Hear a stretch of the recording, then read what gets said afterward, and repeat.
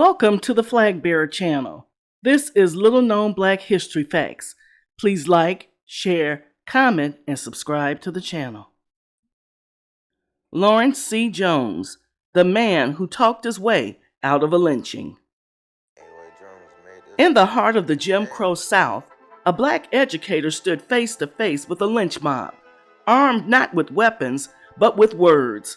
This is the incredible true story of Laurence Clifton Jones, a man who escaped death, built a school from scratch, and changed the lives of thousands. Born in 1882 in St. Joseph, Missouri, Laurence C. Jones came from a family that believed deeply in education. He attended the University of Iowa, graduating in 1907, a rare feat for a black man at that time. While others saw dangers in the South, Jones saw purpose.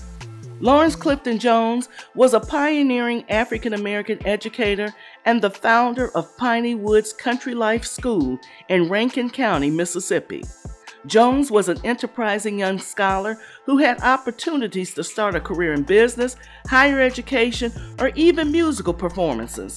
Instead, he traveled to the Deep South and founded a school to educate the children and grandchildren of former slaves in Mississippi.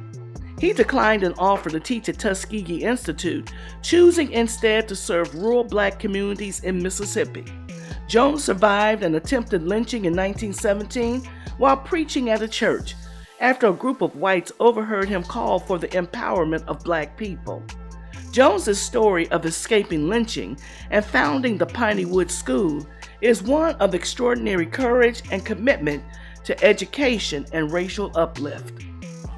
In the early 1900s, Jones moved to Mississippi to start a school for African American children, despite the intense racial hostility of the Jim Crow South.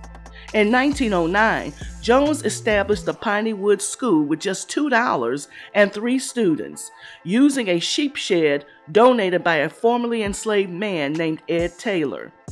The school aimed to provide educational opportunities to African American youth in the segregated South. The school was based on a philosophy of self-reliance, hard work, and Christian values, similar to Booker T. Washington's model at Tuskegee Institute. Shortly after arriving in Rankin County, he was accused by white residents of stirring up the black population simply by trying to educate them. A white mob gathered with the intent to lynch him. Jones was about to be lynched when his persecutors told him that he had one last chance to speak for himself. His crime? Teaching poor black children to read under a cedar tree. So Laurence Jones uttered what he thought would be his last words and told them about the Piney Woods Country Life School that he'd established in Piney Woods, Mississippi. He spoke about educational uplift, dignity, and liberty for black children. He stood before the mob and calmly explained his mission to help the black community through education and self-sufficiency. He passionately argued that he was not inciting rebellion, but rather teaching values, discipline, and practical skills that would benefit the entire community. He told the mob that he was there to teach these children how to live a better life, to help them farm better, read better, work better, not to cause trouble, but to build peace. He also used flattery to describe the charity and goodness of the white men in their community who had vouched for his mission. Miraculously, his words moved the crowd. Not only was his life spared, but some members of that very mob went on to support his school. They passed around a hat to collect funds for his school. Jones raised $52 for his school that night. Astonishingly, Jones didn't ever reflect on this moment with bitterness or anger. "I have no time to quarrel and no time for regrets, and no man can force me to stoop low enough to hate him," he remarked later in his life. Laurence Jones emphasized vocational training, teaching agriculture, carpentry, and construction. Jones took fundraising into his own hands, organizing groups like the Cotton Blossom Singers and the International Sweethearts of Rhythm, who toured the country raising money through music. His mission became a movement. In 1954, his story was featured on the national TV show This Is Your Life.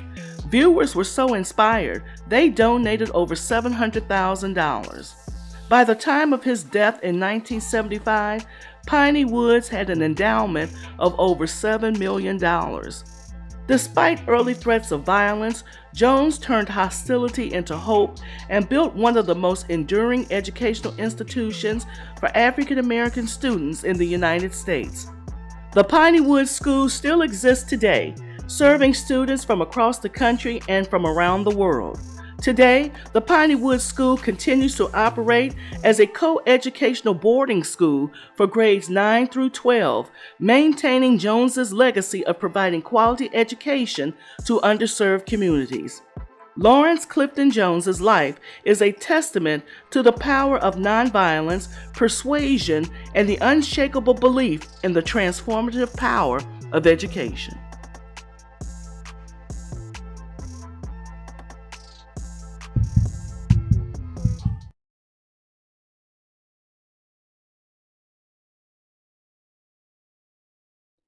Until next time, if you like and enjoy little known history facts as I do, please like, share, comment, and subscribe to the channel. Press the bell to be notified of future uploads. Thank you for watching.